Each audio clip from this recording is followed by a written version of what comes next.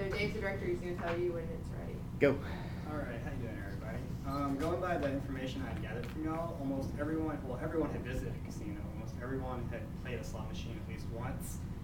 3/4 of the class had participated in some sort of charity work, preparation of charity work, but no one had ever worked in preparing any sort of slot tournament or anything along those lines. So what I'm presenting to you guys today is a charity slot event, and the name of the project was Southern Slot Affair. And for the outline, we have the tournament operations, the marketing promotion, and the accounting and financial management. So these are the main points I'll be discussing with you guys today. For tournament operations, basically the way a tournament like this is set up is on Monday to Friday you have your main qualifying rounds. The top 500 players from each property moves to the semifinals at the same property, but that event's held on Saturday. The top 75 players from each property then go to what's called the gold level sponsor and play a finals on Sunday.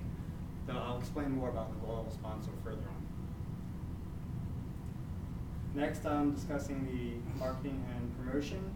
There's many different mediums casinos use to get across to people, and they'll get it to you any way they can.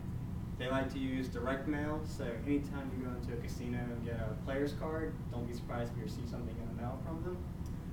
Outdoor advertising, they like to work a lot with that.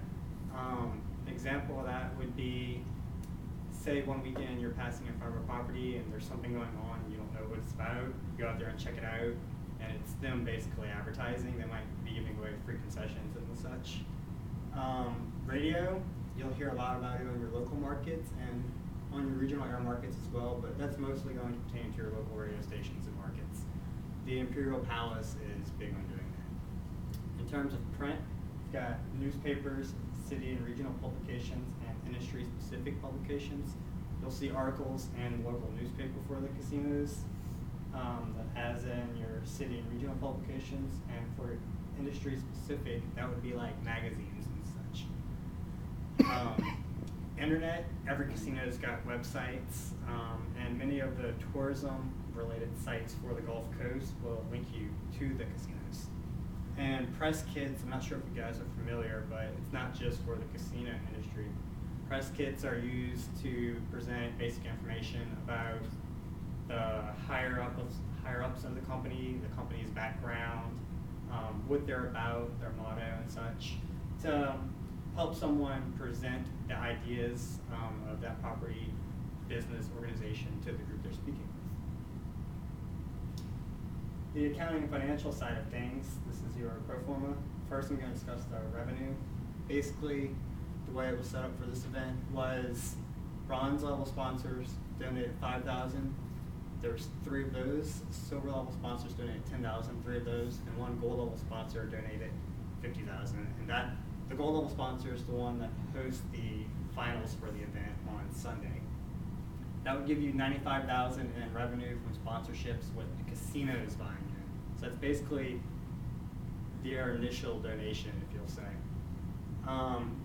28,000 people are projected to enter the event, and that would be at 7 different properties, so approximately 4,000 players per property if it's evenly distributed, with an entry fee of $100 initially.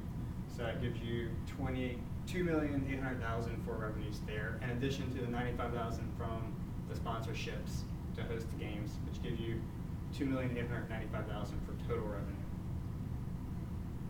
On the expense side of things, you have $1,397,500 for total aggregate awards, which is the breakdown of the prize structure that's given out to the winners. $1 million going to first, and it breaks down from there on. I had to cut that out to use my slides for this. Advertising costs are at $200,000, and then an accounting firm fee of $100,000. The asterisk would be assuming you have to pay that fee that you could not get a company to volunteer to do. You may or may not, since it's charity related. The miscellaneous expenses would be $100,000 for unexpected expenses and $120,000 for the promotion of the event and preparing T-shirts to advertise. So it gives you $1,917,500 for total expenses. So a financial summary of that would be a little short of $2,900,000 in revenues, about $1.9 million in expenses, and that gives you just under $1 million for the total charitable donation. That is your grand total at the end from all the casinos working together. And the real beauty of a project like this is that the main point of a casino is to drive their bottom line. But if you get something where it'll benefit all of them, but it'll help not just them as individuals, but help the community or the area, then they'll be glad to pitch in usually. So that's the bread and butter of that. And that's my presentation, guys. Thank you.